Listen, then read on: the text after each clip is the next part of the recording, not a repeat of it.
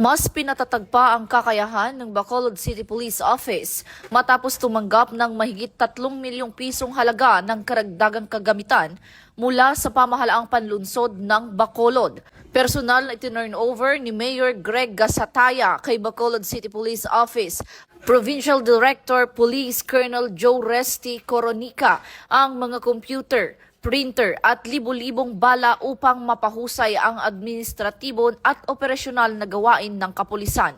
Inanunsyo rin ng alkalde ang pagdating ng 10 fully electric patrol vehicles na unang gagamitin sa Negros. Ayon sa BCPO, malaking tulong ang mga ito upang mas mapabilis at mapahusay ang serbisyo sa mamamayan at mapanatili ang kapayapaan at kaayusan ng lungsod. Ito ang bagong PNP para sa bagong Pilipinas, serbisyong mabilis, tapat at nararamdaman.